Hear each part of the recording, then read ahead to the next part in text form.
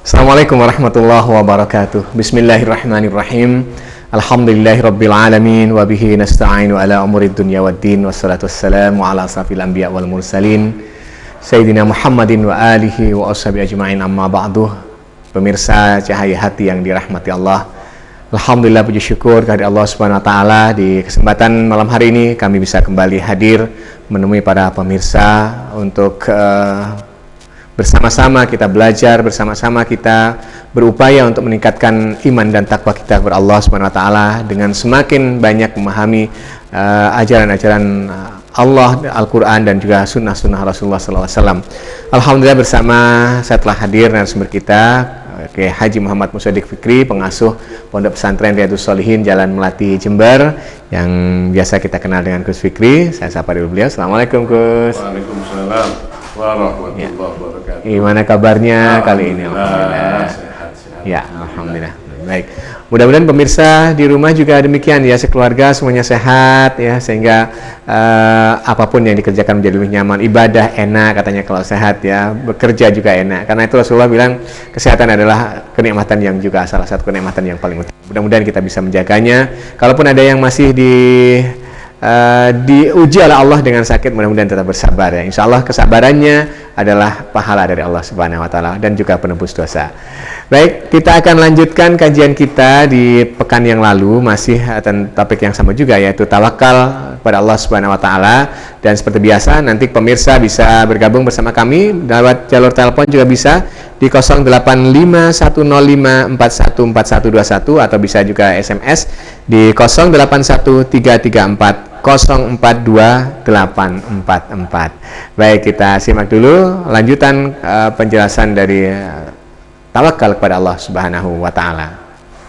Silakan Gus. Assalamualaikum warahmatullahi wabarakatuh. Waalaikumsalam warahmatullahi wabarakatuh.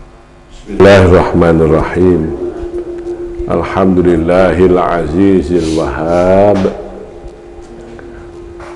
alladzi yusabbibul asbab. Allahumma salli wa sallim wa barik wa karim wa abdim wa tarahham wa tahannan ala sayyidina wa habibina wa maulana Muhammad afdala man tab wa ala alihi wa azwajihi wa ashabihi zawil albab. Amma ba'd, usini wa iyyakum bitaqwallah faqad fazal muttaqun. Rabbana iftah bainana baina qaumina bil haqq wa anta khairul fatihin. Rabbana la ilma lana illa ma 'allamtana innaka antal alimul hakim.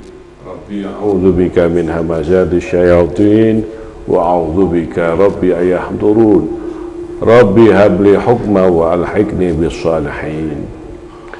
Hadratil musyahidin wal musyahidat, para pemirsa, para penikmat ilmu, para pecinta ilmu, pecinta Rasulullah Sallallahu Alaihi Wasallam, pemirsa SBC TV, hafidhakumullah wa rahimakumullah, dimanapun berada, yang sangat saya cintai karena Allah, Mas Syarif Hussein.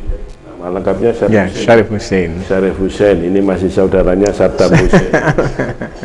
Yang sangat saya hormati, dan para teman-teman kru di studio yang mudah-mudahan semuanya diberi rezeki yang halal barokah. Amin, amin. Oleh Allah Subhanahu wa taala.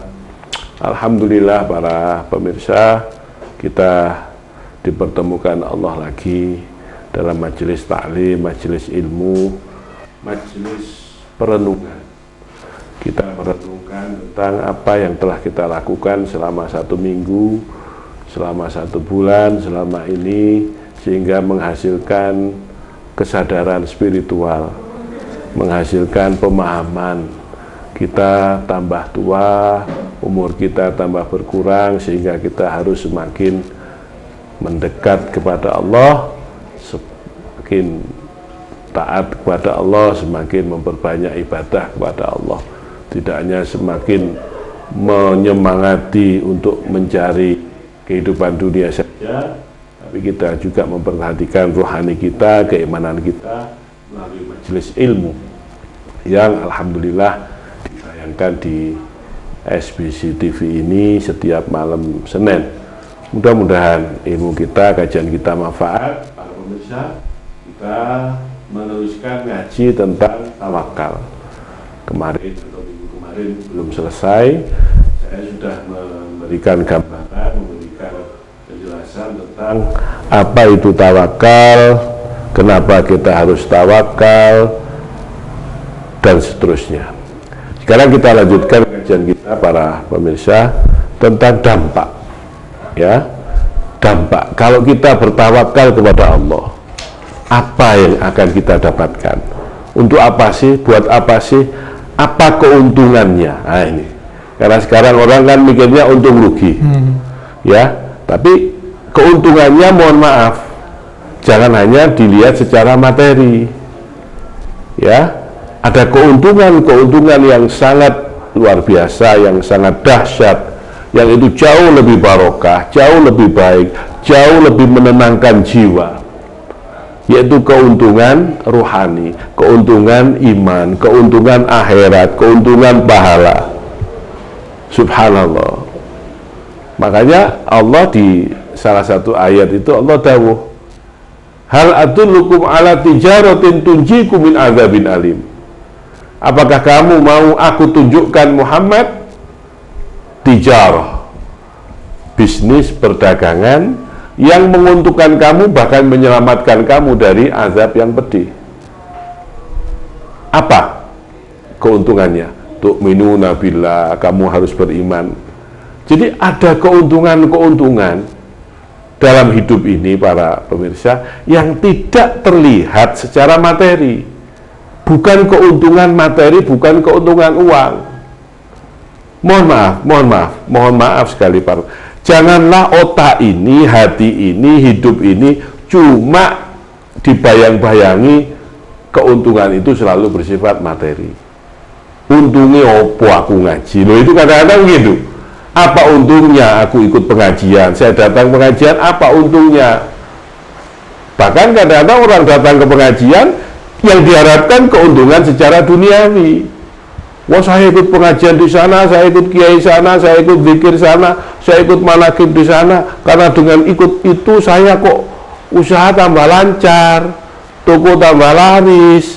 Nah, itu keuntungan-keuntungan yang bersifat duniawi. Bukan berarti tidak boleh, itu menjadi dampak.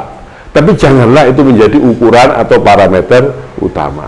Nah, sekarang kalau kita tawakal kepada Allah, apa dampaknya? Yang pertama, kita menjadi hamba Allah yang beriman. Dampaknya akan menguatkan keimanan kita. Karena orang yang tawakal itu pasrah sudah sama Allah. Dan orang yang pasrah itu orang yang yakin kepada Allah. Orang yang yakin kepada Allah itulah orang yang beriman. Karena iman itu apa? Antak takida. Ini pengertian iman. Kalau kamu meyakini, watu minna, watu salih, kamu pasrah semuanya kepada Allah. Wa 'alallahi falyatawakkalu in kuntum mu'minin. Surat Al-Maidah ayat 20. Wa 'alallahi, dan hanyalah kepada Allah. Fatawakkalu, maka bertawakallah kamu semua, in kuntum mu'minin, kalau kamu memang benar-benar beriman. Kalau kamu beriman, tawakal. Iman, tawakal. Tawakal, tanda keimanan. Tidak iman, tidak tawakal. Tambah kuat iman, tambah kuat tawakalnya. Makanya orang-orang yang beriman itu, para musya, Mas Arif ya, orang yang beriman itu nyender itu kepada Allah. Jadi menyandarkan kehidupannya tidak kepada bos, tidak kepada pimpinan, tidak menyandarkan hidup kepada Allah. Orang yang beriman ngeplek nyender sudah kepada Allah. Betapa nikmat hidup kita. Kita ini kan kadang-kadang menganggap Allah tidak ada, menganggap Allah tidak kuasa. Padahal kita sudah bersumpah, kita berikrar para pemirsa.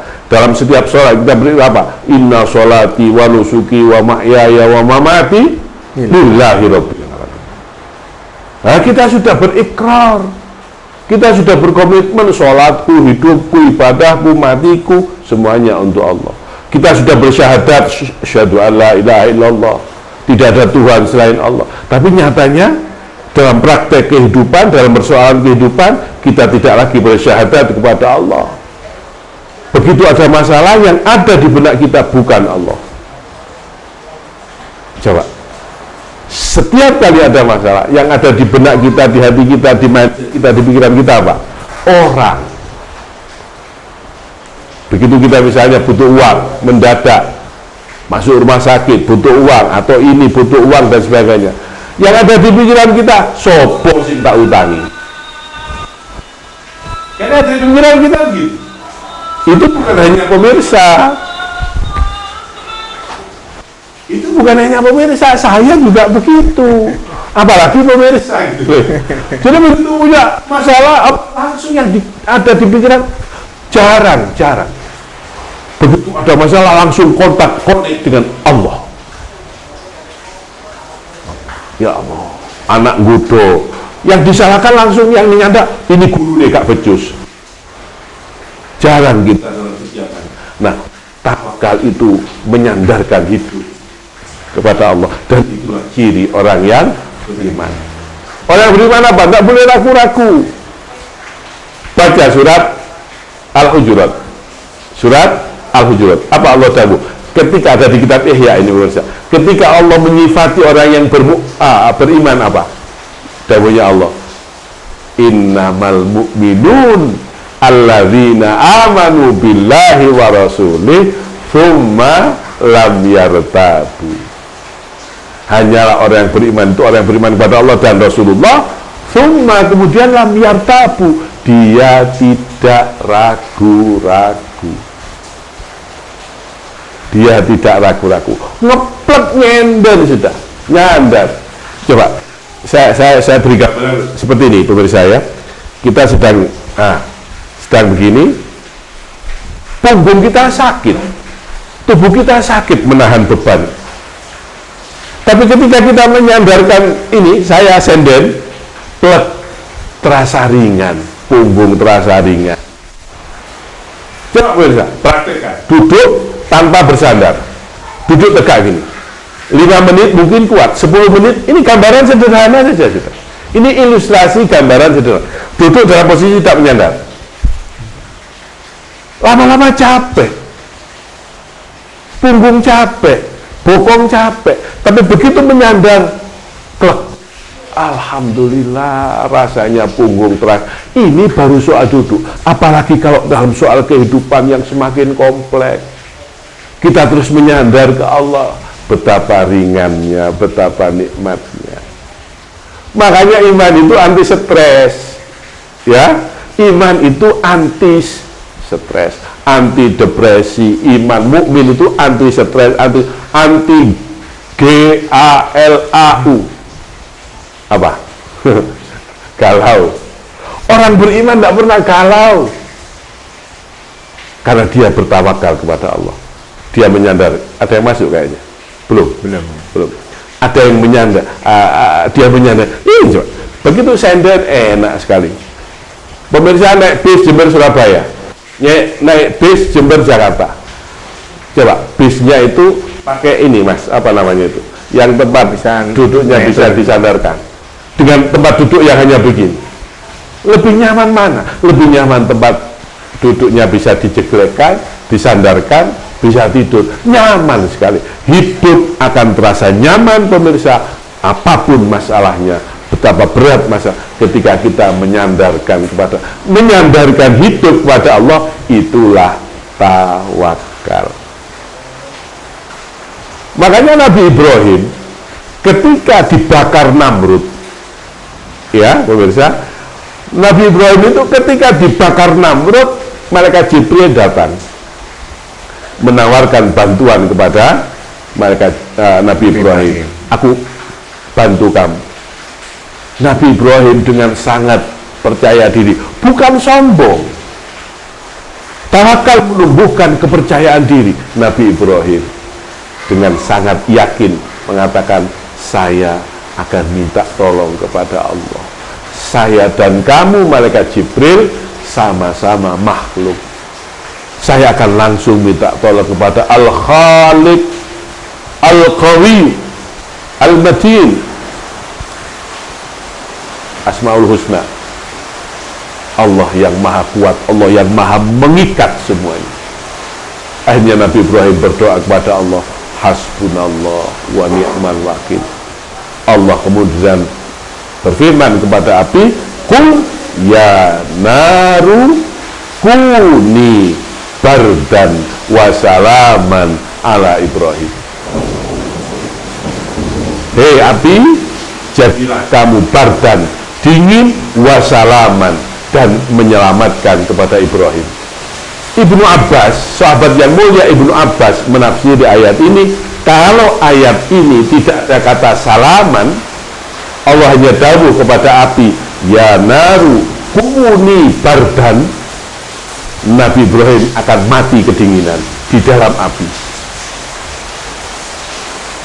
Mati kedinginan, ya, coba bayangkan kalau kita punya masalah, kemudian Allah kita libatkan, Allah yang maha kuat, Allah yang maha segala-galanya, kita libatkan, kita tarik dalam kehidupan kita tarik dalam urusan rumah tangga kita tarik dalam urusan penyakit kita tarik dalam urusan pekerjaan kita. Kemudian Allah yang dawuh kepada bumi, kepada rizki, kepada penyakit, kepada anak, seperti Allah dawuh kepada api, wahai api, dinginlah engkau. Allahu Akbar. Nabi Musa ketika di tepi Laut Merah, di belakang Fir'aun mengejar, datang malaikat Jibril, Nabi Musa menawarkan bantuan, ditolak oleh Nabi Musa. Aku hanya minta tolong kepada Allah. Nabi Musa kemudian berdoa, Allahumma lakal hamdu wa ilaikal mustaka. Silakan dicatat pemirsa, tulis, ini doanya Nabi Musa. Allahumma lakal hamdu wa ilaikal mustaka wa antal musta'an wala haula wala quwata illa billah. Allah kemudian dawuh kepada Nabi Musa, ya Musa, fadrib bi asokal bahr. Wa qala, Allah dawuh, ya Musa, doamu aku kabulkan, fadrib bi asokal bahr. Sekarang Musa, puncak permainan. Sekarang puncak permainan, pukulkan tongkatmu ke laut. Fabajasat midusnata asrotain. Allah Akbar, laut membelah menjadi 12 jalan tol. Coba, makanya Allah dawuh wa 'alallah. Allah di sini pemirsa, itu namanya huruf isti'la. Apa huruf isti'la? Fi ayyi halin syarran kana au khairan. Ala itu digunakan untuk semua keadaan, baik enak maupun tidak ada. Artinya apa? Selalu. Enak, tidak enak, hanya kepada Allah. Fatawakkalu, tawakallah kamu kepada Allah. In kuntum mu'minin. Tidak tanggung-tanggung. Kamu iman, kamu tawakal. Tidak iman, tidak tawakal. Makanya orang beriman, ketika dia menghadapi masalah, dia mengatakan apa? Falamma ra'al mu'minunal ahzab qalu hadza ma wa'adana Allah wa rasuluhu wa sadaqallahu wa rasuluhu. Surat Al-Ahzab. Orang beriman itu ketika menghadapi Al-Ahzab, asli maknanya Al-Ahzab itu pasukan-pasukan yang banyak, tapi bolehlah kita tarik menjadi lebih luas lagi, masalah-masalah yang banyak. Ketika orang beriman melihat banyak masalah di depannya, qalu, mereka mengatakan, hadza ma wa'adana Allah wa rasuluh. Inilah yang dijanjikan Allah dan kanjeng Nabi. Wa sadaqallahu wa rasuluh. Allah kanjeng Nabi pasti benar. Wa ma zadahum illa imanau wa taslima. Semakin banyak masalah, persoalan yang dihadapi, tidak menambah kepada mereka illa kecuali imanan, tambah iman. wa taslima, dan tambah pasrah kepada Allah. Subhanallah. Mari pemirsa, kita biasakan Allah dimanapun, kapanpun. Allah la ma'buda bihaqqin illallah, tidak ada yang kita. Ini urusan keimanan pemirsa, jangan main-main. Ketika kita mengatakan, meyakini ada kekuatan lain selain Allah, maka ketika itu kita sudah masuk kategori musyrik. Tanpa kita sadari, ketika kita meyakini bahwa yang memberi kita rezeki adalah bos kita, juragan kita, itu kita sudah menandingi Allah. Ketika kita meyakini yang menyembuhkan kita adalah dokter rumah sakit, operasi, obat, kita meyakini itu yang menyembuhkan, kita sudah menandingi Allah. Berarti kita sudah tanpa kita sadari masuk kategori musyrik. Musyrik. Jadi jangan menganggap bahwa musyrik itu hanya menyembah patung. Tidak. Bahkan sekarang ini kadang-kadang isu tentang syirik atau kalimat syirik, kafir, bid'ah dihantamkan kepada orang yang ziarah kubur Wali Songo itu dikatakan musyrik. Bukan, mereka datang ke kubur itu untuk mengingatkan kematian, dan itu diperintah Rasulullah. Mereka mintanya kepada Allah, bukan kepada kuburan. Tolong teman-teman dari yang ikut mazhab-mazhab lain, jangan menghantam orang-orang NU dengan bid'ah, syirik dan sebagainya. Hargai, jangan saling melaknat, jangan saling mencela sesama orang Islam. Tanpa kita sadari, ketika kita meyakini bahwa yang menyelesaikan persoalan kita itu orang, itu sama dengan kita sudah musyrik. Ini urusan iman, tawakal, urusan keimanan. Dah, ini kalau dijelaskan dampak-dampak keimanannya luar biasa. Ada yang masuk? SMS yang masuk. Kita baca dulu ya, baik. Ya. Silakan mungkin di rumah jika pemirsa Cahaya Hati yang mungkin nggak sempat telepon, bisa SMS di 081334 542 844 ya. Ini ada yang sudah masuk di jalur SMS. Ustadz saya janda sudah 5 tahun dan saya sekarang mencintai suami orang lain dan dia mengajak nikah. Saya setuju, tapi dengan syarat tak boleh tahu keluarga kita. Benarkah yang saya putuskan? Bagaimana jalan terbaiknya? Terima kasih. Ya. Ibu yang dirahmati Allah, saya doakan ibu kuat dalam menjadi hidup ya, dengan ditinggal wafat atau ditinggal pisah suami menjadi seorang janda. Dan para pemirsa, pernikahan ya adalah wa min ayatihi, termasuk tanda-tanda kekuasaan Allah. Pernikahan, kata Imam Ghazali, bukan hanya menghalalkan hubungan personal, hubungan individual antara laki-laki dan perempuan, tapi pernikahan adalah mendekatkan, menghubungkan dua keluarga.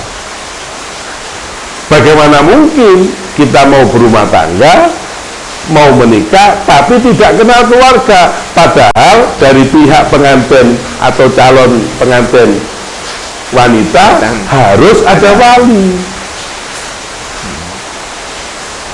Coba, dalam pernikahan pihak perempuan ya, pengantin ya, pengantin perempuan, calon pengantin perempuan itu harus wajib, itu menjadi rukun pernikahan, harus ada wali. Artinya apa? Harus diketahui keluarga.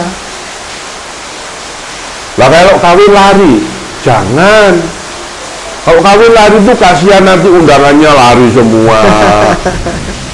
Konsumsinya bawa lari, ngejar-kejaran. Konsumsinya bawa berkat sambil lari. Kenapa pernikahan harus ada wali dari pihak perempuan? Menunjukkan bahwa keluarga harus tahu, harus dicatatkan kepada catatan sipil ke KUA, menunjukkan negara harus tahu supaya negara bisa melindungi. Ya, bagaimana jalan keluar terbaik? Ngomong saja dengan keluarga. Perkara ini suami orang, ya, ini suami orang sudah punya istri, selama rukun pernikahan dilakukan sah. Apalagi kalau suami ini mengajak atau berkomunikasi dengan istrinya bahwa dia akan menikah lagi. Hebat. Suami yang hebat ya. Hah? Suami yang hebat. Itu suami hebat, istrinya juga hebat.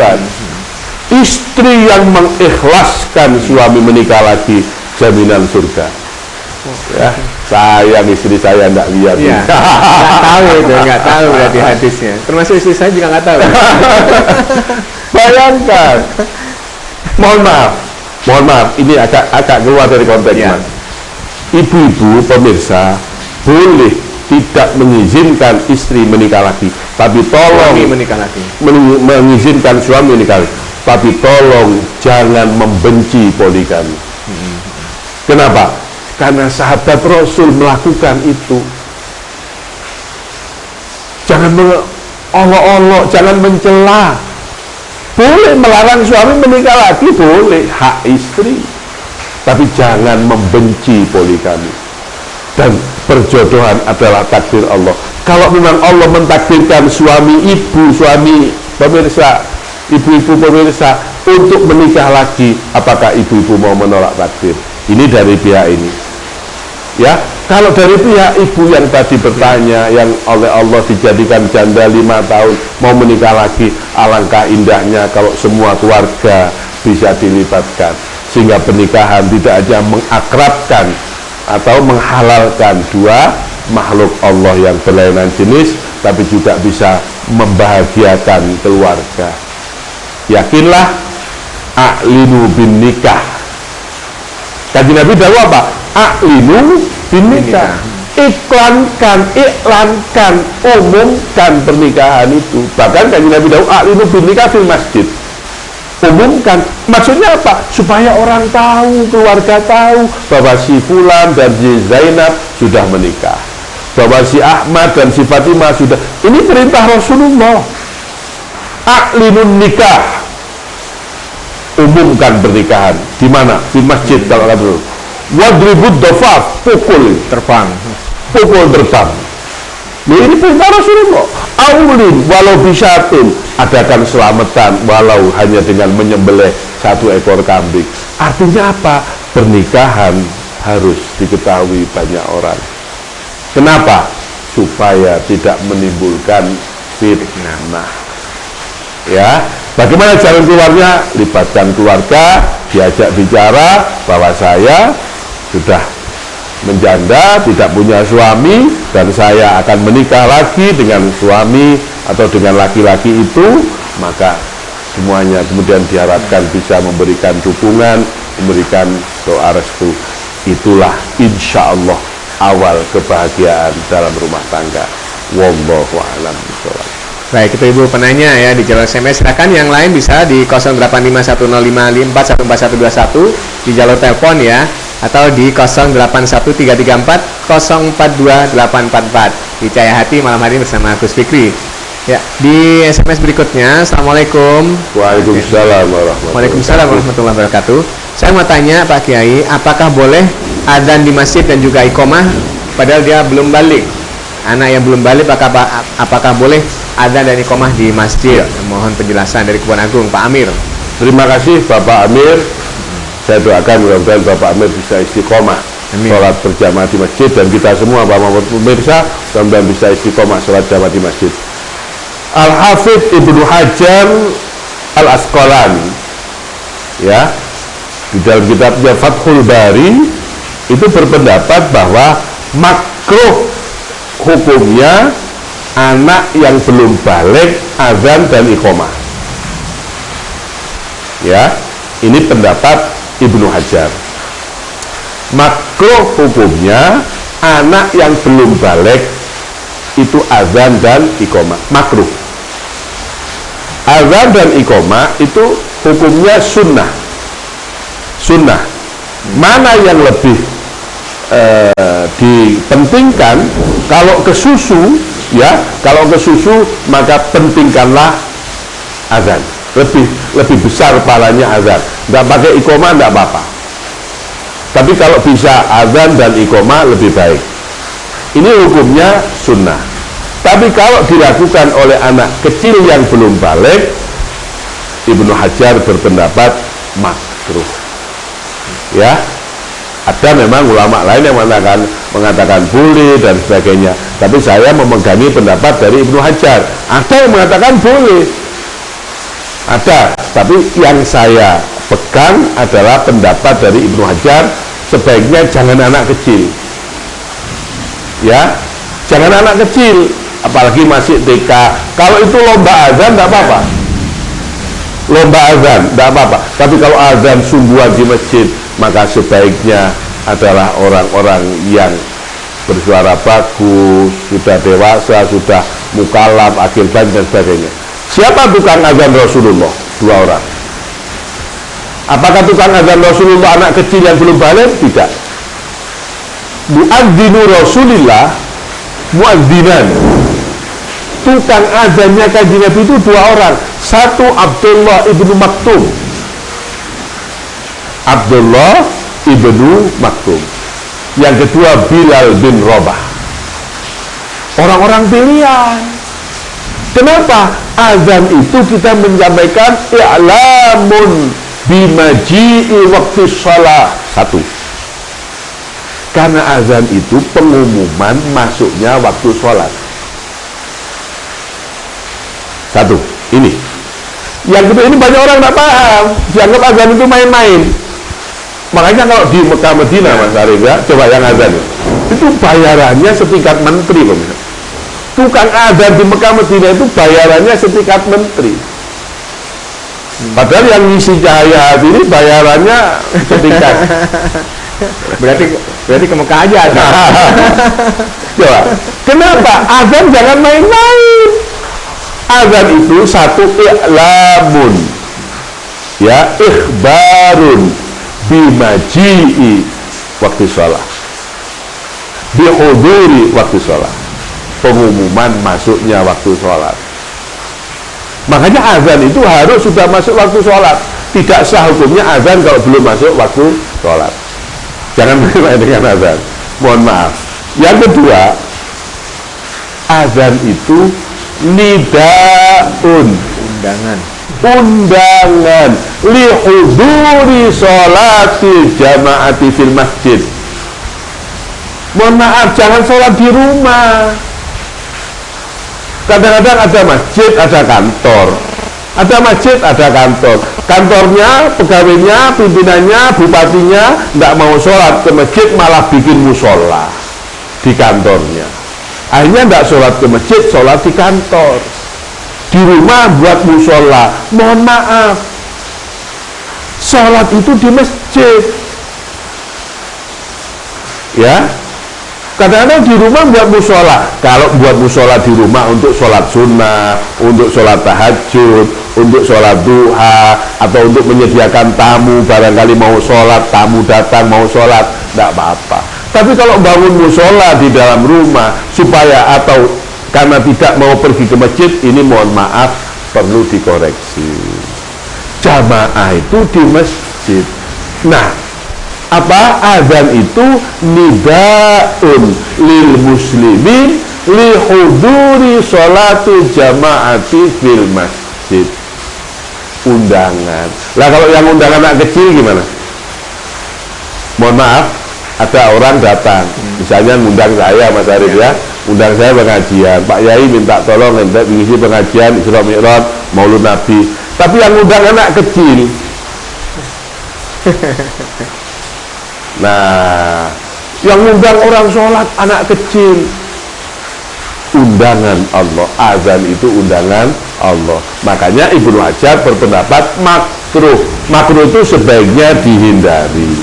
Yang azan carikan yang dewasa, yang bersuara bagus, merdu, yang sanggup menggetarkan orang supaya mau sholat berjamaah di masjid. Wallahu a'lam. Ya, Baik, kita pemirsa, penanya kedua tadi ya Pak Rofi, dan Silakan masih kita tunggu pertanyaan Anda di jalur telepon juga boleh 085 105 414121 atau bisa SMS di 081 334 042 844. Kita lanjutkan dulu sambil kita tunggu telepon-telepon ataupun SMS Anda di rumah. Para pemirsa SBC TV, TV Dakwah, TV Barokah dimanapun berada yang sangat saya cintai karena Allah. Dampak kedua dari tawakal adalah Allah akan mencukupi kebutuhan kita. Allah akan mencukupi kebutuhan kita. Kalau kita tawakal, Allah akan mencukupi kebutuhan kita. Kebutuhan apapun. Allah dawuh, coba disimak, coba dilihat, ya. Di surat At-Tolak ayat 3. Di surat At-Tolak ayat 3. Allah dawuh, wa may yatawakkal 'ala Allah fahuwa hasbuh. Siapa saja, mannya di situ man syartiyah. Yatawakkal menjadi fi'il syarat. Yang bertawakal kepada Allah fahuwa hasbuh, maka Allah yang akan mencukupinya. Allahu Akbar. Masya Allah. Siapapun yang bertawakal kepada Allah, maka Allah akan mencukupinya. Kenapa? Karena Allah kemudian melihat bahwa orang ini memang hanya menyandarkan kepada Allah. Orang ini hanya bersandar mengandalkan Allah. Allah tidak mau diduakan. Allah itu maha pencemburu, pemirsa. Allah itu maha pencemburu. Ketika orang melihat, Allah melihat masih orang ini masih belum sepenuhnya agak.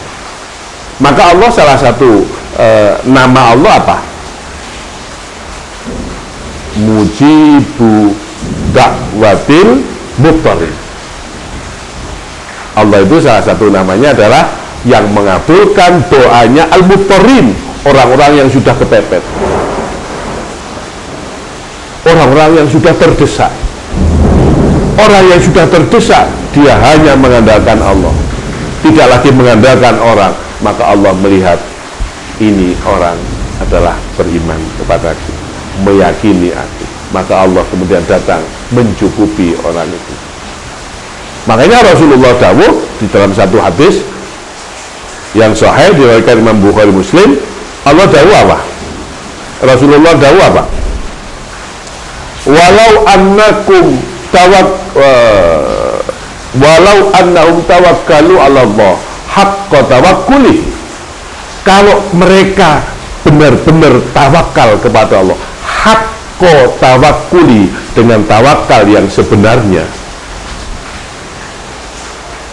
la razaqahum, maka Allah akan memberi rizki kepada mereka. Kama razaqat thair, seperti Allah memberikan rizki kepada at-thair, burung. Kenapa Kanjeng Nabi menggunakan burung sebagai contoh? Karena burung itu berangkat pagi dalam keadaan perut kosong, dia hanya mengandalkan rizki dari Allah, tidak pakai logika, tidak pakai hitungan dan sebagainya. Dia pulang bitana dalam keadaan perutnya sudah kenyang. Burung dijadikan contoh, dijadikan ibrah oleh Rasulullah. Ya, orang yang bertawakal digambarkan kalau bisa seperti burung.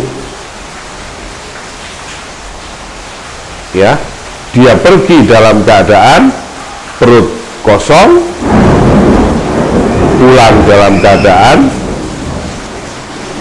perutnya sudah penuh. Ya, wallahu a'lam.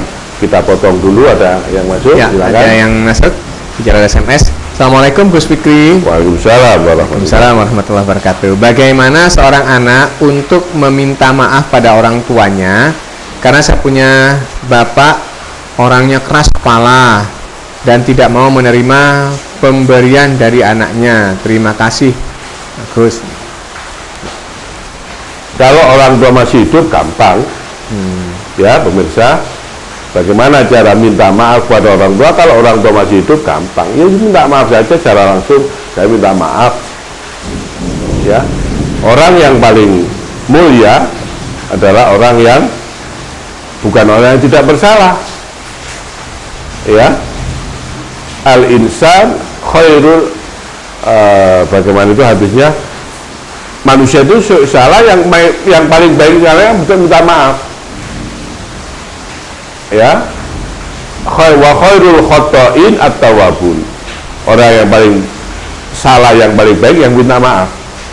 Jadi jangan segan-segan minta maaf pada orang tua. Caranya sudah minta maaf, ucapkan minta maaf, apa kesalahannya apa dan sebagainya. Bagaimanapun juga orang tua kita orang paling berjasa dalam hidup kita. Perkara orang tua itu keras apa tadi? Ya, bahkan tidak mau menerima pemberian, tidak mau dan sebagainya, itu urusan orang tua. Bayangkan surat Luqman. ya, Surat Luqman. Wa in jahadaka ala an tusyrika bi syai'a fala tuti'huma. Kalau orang tua kamu memaksa kamu syirik, jangan ditaati. Urusan, tapi wa sahibhuma fid dunya ma'rufa. Tapi perlakukan orang tua dengan mulia. Itu kalau orang tua masih hidup. Lah kalau orang tua sudah meninggal, bagaimana caranya kita minta maaf pada orang tua? Rasulullah pernah didatangi oleh seorang sahabat yang ingin minta maaf kepada ibunya yang sudah meninggal. Rasulullah mendawuh, sodakohlah untuk ibumu. Keluarkan sodakoh untuk ibumu yang sudah meninggal. Wallahu a'lam. ya. Baik, itulah jawaban untuk pemirsa. Jangan kemana-mana, kita stop dulu ya. Ya. Turun minum dulu. Ya. Baik. Setelah itu nanti silakan masih bisa kita terima telepon-telepon Anda maupun SMS Anda di 085 105 414121 081 334 042 844. Baik, jangan kemana-mana, tetap di Cahaya Hati Peneguh Iman.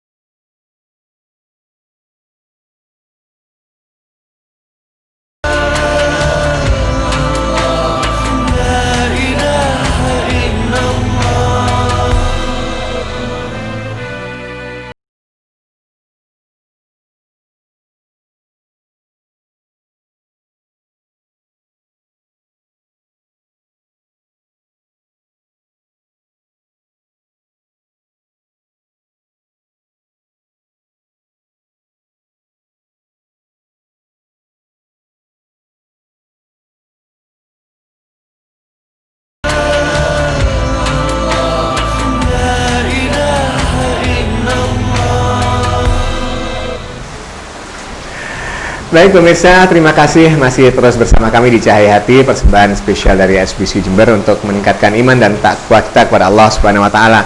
Juga memberikan ruang bagi Anda untuk menjawab persoalan-persoalan dan solusi dari persoalan-persoalan yang sedang Anda hadapi. Silakan bisa bergabung bersama kami di jalur telepon seperti yang tertera di layar televisi Anda, yaitu di 08515414121 atau bisa di 081334 042 844. Kita baca SMS yang sudah juga masuk. Assalamualaikum warahmatullahi wabarakatuh Pak. Waalaikumsalam warahmatullahi wabarakatuh. Gimana cara tawakal yang baik? Apa cukup dengan ucapan saja? Terima kasih. Wassalamualaikum warahmatullahi wabarakatuh dari Bapak Hanafi. Bapak Hanafi, saya doakan mudah-mudahan Bapak dan keluarga dijaga Allah. Kembali kepada konsep tawakal. Definisi tawakal adalah tafwidul amri ilallah, mengembalikan semua persoalan kepada Allah. Nah, bagaimana caranya tawakal? Yang pertama, hati. Karena tawakal menyangkut keimanan, keimanan itu menyangkut i'tiqadiyah. Laisal iman bitajalli wat tamanni. Ya, pemirsa, ini ilmu baru bagi kita. Laisal iman, karena tawakal itu kan menyangkut keimanan, ciri keimanan tadi ya Mas Adi ya. Kita sudah bahas tadi bahwa tawakal adalah ciri keimanan. Nah, sekarang iman itu ternyata laisal iman bitajalli wat tamanni. Iman itu bukan omongan. Iman itu bukan ucapan. Tapi mawaqara innamal iman mawaqara fil qalbi. Apa yang ada di dalam hati. Banyak orang ngomong sabar, dia sebetulnya tidak sabar. Kesabaran hati. Syukur, saya bersyukur. Tapi ketika hatinya tidak dan perilakunya tidak bisa dikatakan begitu. Jadi tawakal yang benar bukan lewat omongan, tapi mawaqara fil qalbi, hati kita memang benar-benar menyerahkan semuanya kepada Allah. Baik. Coba saya bayangkan begini pemirsa. Beranikah, saya tantang, termasuk Mas Arif saya tantang, pemirsa saya tantang, beranikah kita ketika ada masalah, kemudian kita di dalam hati maupun kita ucapkan untuk menguatkan boleh, ya, ucapan itu boleh, makanya talafut itu sunnah. Usolli fardul maghribi itu sunnah, jangan mengatakan bid'ah. Nawaitu shoma godin itu sunnah, bukan bid'ah, karena untuk membantu niat yang ada di dalam hati. Beranikah kita ketika ada masalah kita mengatakan, ya Allah, saya terserah Engkau ya Allah. Coba. Berani, saya terserah Engkau ya Allah. Nah, jadi tawakal yang benar, bagaimana caranya? Yang pertama hati. Yang kedua perilaku. Bukan hanya ucapan, kalau mulut kan bisa bohong, tapi perilaku kita menunjukkan bahwa kita memang sedang mengharapkan pertolongan Allah. Nah, kalau kita tawakal, tapi kemudian kita tidak sholat, ya bukan tawakal namanya. Kita tawakal, tapi kita tidak mau usaha, bukan tawakal. Ngawur itu namanya. Tawakal yang pertama hati, kemudian dalam bentuk perbuatan. Contoh. Zaman Sayyidina Umar itu masjid ditutup pagi. Ketika Sayyidina Umar menjadi khalifah Amirul Mukminin, itu masjid Mas Arif. Kalau pagi ditutup, kenapa? Karena ada kasus, ada orang jam 8-9 pagi dia itu zikir di masjid. Ya, Sayyidina Umar melihat orang ini, terus ditanya, "Saman sedang apa?" "Saya sedang berdoa kepada Allah." "Loh, jam segini saman kok tidak kerja?" "Saya tidak perlu kerja," Sayyidina Umar. "Kalau Allah memang memberi rezeki saya, ya, uang dan sebagainya, tidak repot bagi Allah. Allah akan mengirimi saya uang rezeki dan saya cukup berdoa kepada Allah." Sayyidina Umar memukul pundak orang ini sambil mengucapkan ayat, "Fa idza azamta fatawakkal Allah." Kerja dulu, baru tawakal. Ya. Kasus kedua, ada orang masuk masjid, kudanya ditaruh di depan masjid zaman Sayyidina Umar. Kudanya tidak diikat. Orang ini mau masuk masjid, ada Sayyidina Umar. Allahu Akbar. Sayyidina Umar tanya, Pak, ini kudanya kok tidak diikat?" "Saya titipkan kepada Allah. Kalau Allah menghendaki kuda saya hilang, ya hilang. Kalau Allah tidak menghendaki, ya tidak hilang. Saya tawakal kepada Allah. saya titip kuda saya. Dianggap Allah itu penitipan kuda, Pak. Kata Sayyidina Umar, Pak, ikat dulu baru tawakal, usaha dulu baru tawakal. Jadi ucapan kita membantu saya, tapi yang paling pokok adalah hati, yang kedua adalah diwujudkan dalam perbuatan setelah kita berusaha dan sebagainya. Ya, wallahu a'lam. Ya, baik, itu penjelasan dari bagaimana kita harus bertawakal kepada Allah Subhanahu wa taala. Tentu yang paling penting adalah di hati kita, lisan boleh membantunya karena memang ada ucapan-ucapan ini fatawakal Allah dan sebagainya, banyak ya, ini tawakal Allah dan banyak-banyak seperti itu, tapi yang paling penting adalah hati dan buktikan dengan amal-amal perbuatan kita. Baik, kita masih tunggu respon Anda di jalur telepon juga bisa, di jalur SMS juga bisa kita terima lewat nomor yang sudah tertera di layar notifikasi Anda. Kita lanjutkan. Tadi adalah bagian yang kedua dari manfaat atau hikmah dari tawakal kepada Allah Subhanahu wa taala. Yang ketiga, para pemirsa, kita lanjutkan ngaji kita. Tawakal membentengi kita dari setan. Ada yang masuk? Ya, silakan dulu. Baik, kita baca dulu ya telepon Anda, SMS Anda. Jadi yang ketiga nanti ada tawakal membentengi kita dari setan. Assalamualaikum, ada yang masuk di jalur telepon? Coba kita terima dulu. Halo, assalamualaikum. Waalaikumsalam. Iya. Baik, dari Ibu siapa, di mana Ibu? Iya, saya dari Ibu Lili. Ya. Dari Sumber Salak. Ini Gus Fikri. Alhamdulillah saya sudah pernah ketemu dengan Gus Fikri waktu naik haji tahun 2006, ada kunjungan manasik di Dengar ya? Yes, kalau nggak salah. Ini saya mau melanjutkan yang tadi, yang mau minta maaf kepada orang tua, di mana saya pernah berkali-kali datang, dan bahkan kita kalau ada sedikit rezeki, kita juga ingin memberikan sedikit, tapi selalu ditolak. Kita sudah berusaha semaksimal mungkin, jadi kadang-kadang kalau saya pulang dari sana meminta maaf, beliaunya hanya berdiam saja. Dan ketika saya memberikan sesuatu, misalkan uang, meskipun itu 500 atau 1 juta, selalu ditolak. Kita juga nggak tahu salah kita di mana. Mungkin ada saran bagaimana rasanya setelah sholat kita mendoakan, kok kayaknya kita merasa tidak sampai bagaimana. Mungkin solusinya bisa lebih detail, biar kita bisa menjalankan dengan sisa hidup yang katakan kita sudah umur 55. Dan banyak terima kasih sebelumnya, Ya, Ibu. Assalamualaikum. Waalaikumsalam warahmatullahi wabarakatuh. Jadi mungkin tadi sudah tanya lewat SMS kalau nggak salah ya. Jadi orang tuanya datang bahkan tidak direspon, minta maaf, didiemin aja, ngasih mau memberi sesuatu pada orang tua malah ditolak gitu. Nah ini mungkin apa yang bisa dilakukan Ibu ini? Ibu yang dirahmati Allah, mudah-mudahan saya doakan Ibu mendapatkan kekuatan lahir dan batin, kesabaran, kebahagiaan, dan Allah menguatkan Ibu sekeluarga. Jangan pernah putus asa, Ibu.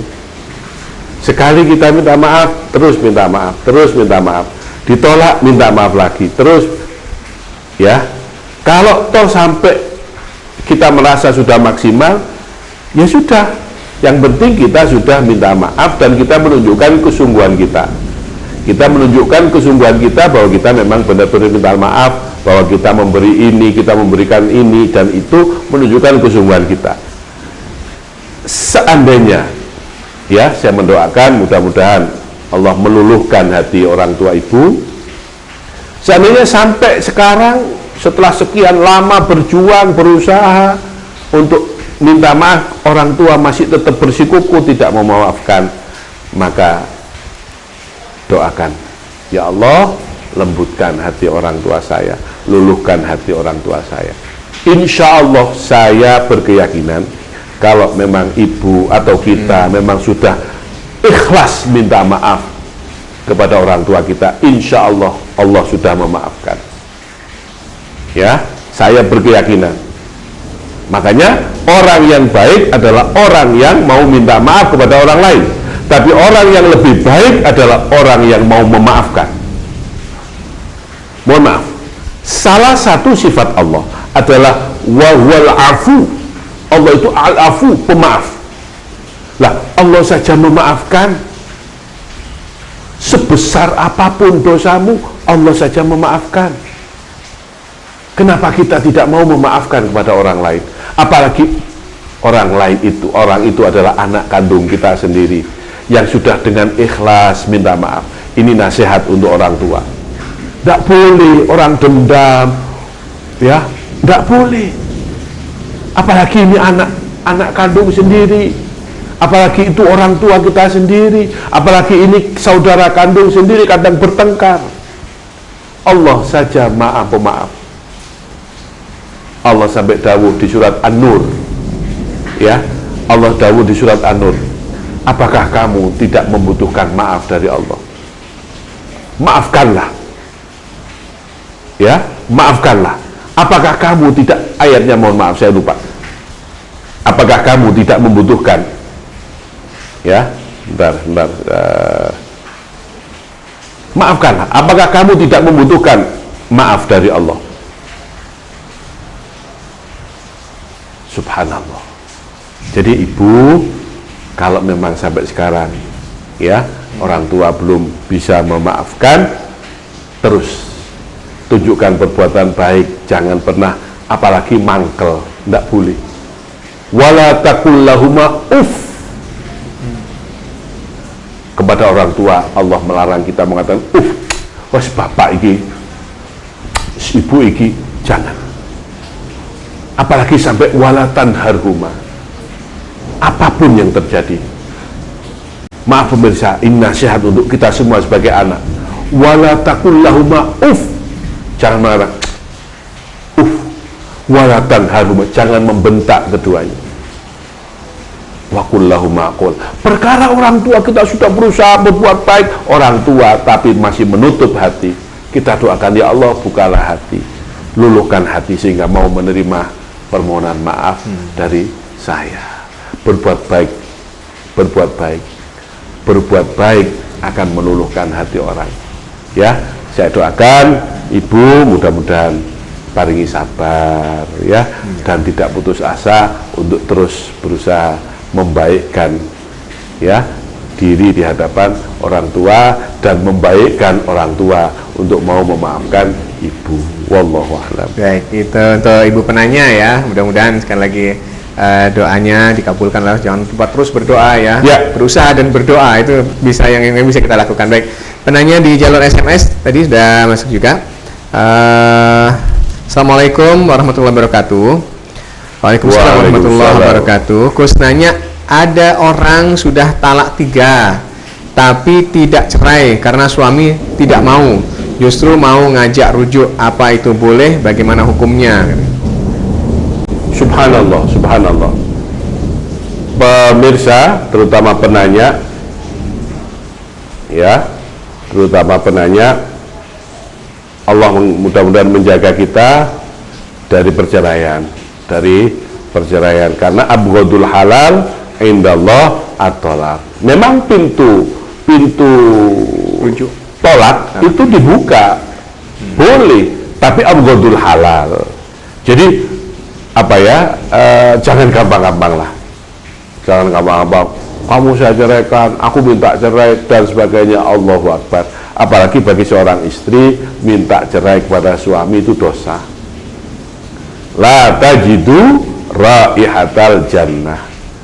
Kata Rasulullah, tidak bisa mencium bau surga wanita yang minta cerai,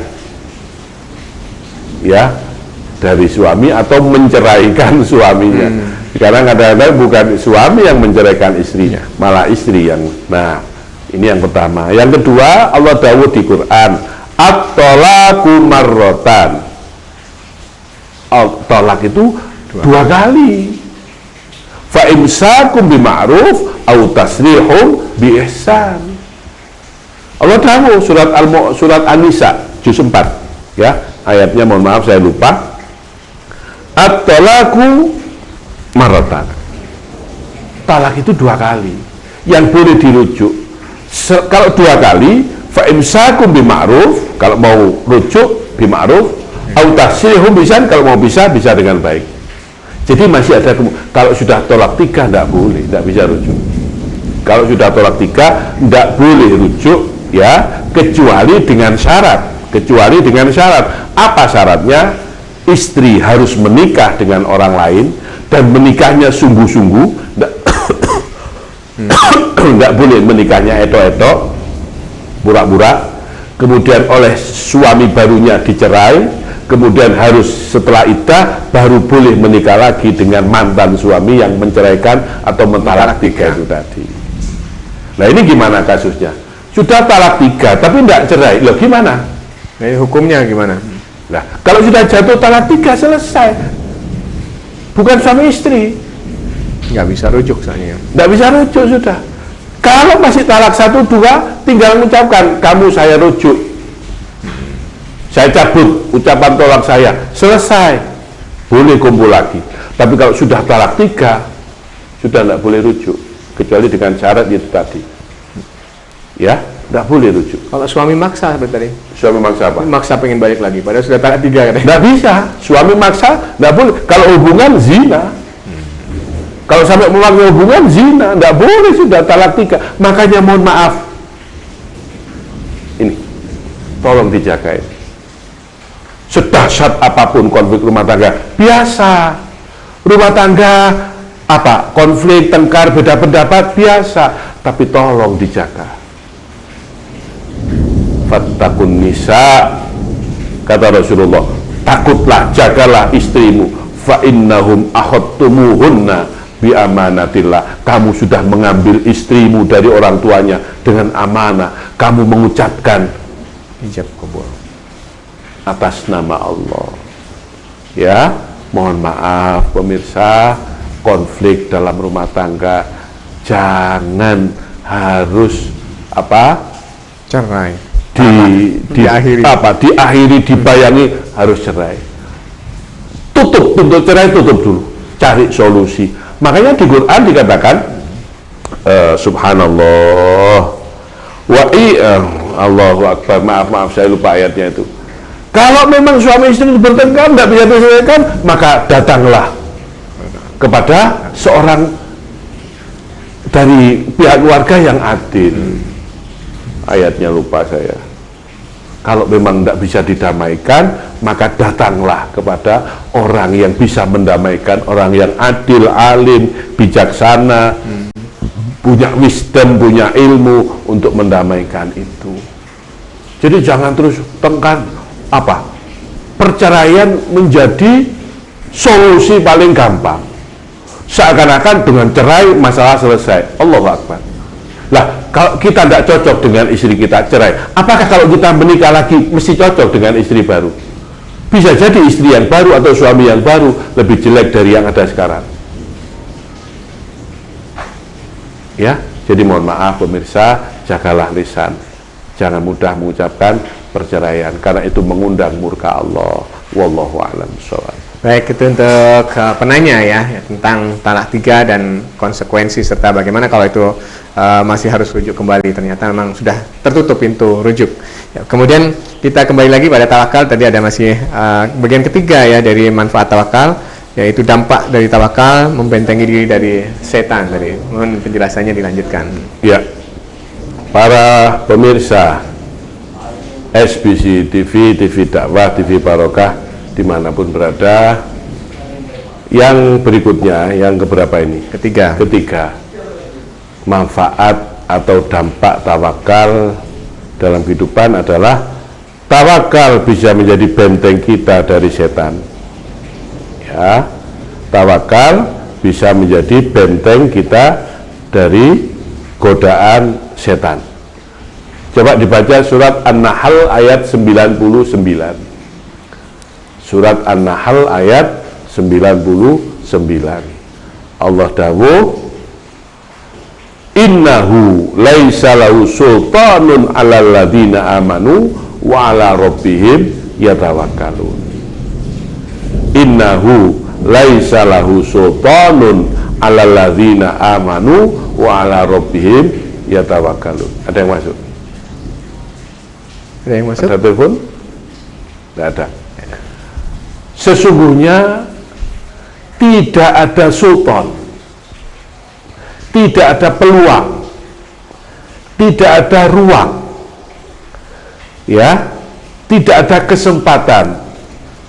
Laisa lahu sultanun, tidak ada kesempatan, tidak ada peluang, ala syaitan, kepada setan, ala ladzina amanu, kepada orang-orang yang beriman, wa ala rabbihim yatawakkalun, dan orang yang tawakal kepada Allah. Setan tidak punya ruang, tidak punya kemampuan, tidak punya kekuatan, tidak punya kesempatan untuk mengganggu, menggoda orang yang beriman dan tawakal. Mau goda gimana? Dia sudah nempel ke Allah. Mau ganggu gimana? Dia sudah menyatu, ya Allah. Dia sudah menyadarkan, ngeplek kepada Allah. Setan tidak punya peluang mengganggu, karena orang yang tawakal akan dibimbing Allah. Tidak ada setan, tidak godo. Yang membuat setan godo itu kan kalau kita masih belum pasrah kepada Allah. Akhirnya kita digoda apa? Putus asa, ya, berpikir seandainya. Ini godaan setan. Seandainya saya kemarin tidak begini, maka sekarang tidak begini. Tidak boleh. Sudah terjadi. Perkara yang belum terjadi saja sudah ditentukan Allah, apalagi perkara yang sudah terjadi. Maka setan tidak punya peluang menggoda orang yang beriman dan tawakal. Yang terakhir, pemirsa, dari kajian kita pada malam hari ini, tawakal mengundang, menyebabkan Allah mencintai kita. Tawakal mengundang mahabbatullah, ya. Tawakal mengundang cinta Allah. Tawakal menyebabkan Allah mencintai kita, karena Allah melihat kita hanya mengandalkan Allah, kita tidak mengharapkan yang lain. Baca surat Ali Imran ayat 159. Surat Ali Imran ayat 159. Allah dawuh, fa idza azamta fatawakkal 'ala Allah. Kalau kamu berazam, berencana, mengkonsep, menginginkan sesuatu, setelah itu tawakallah kepada Allah.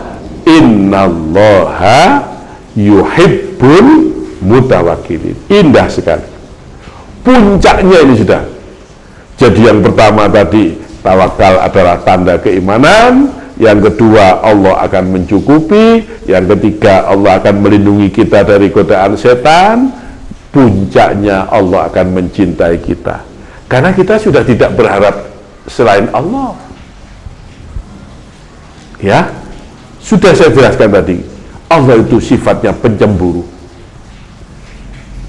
Maka ketika kita tawakal, Allah akan mencintai kita. Innallaha, sesungguhnya Allah itu yuhibbul mutawakkilin, mencintai orang-orang yang tawakal. Mahabbatullah.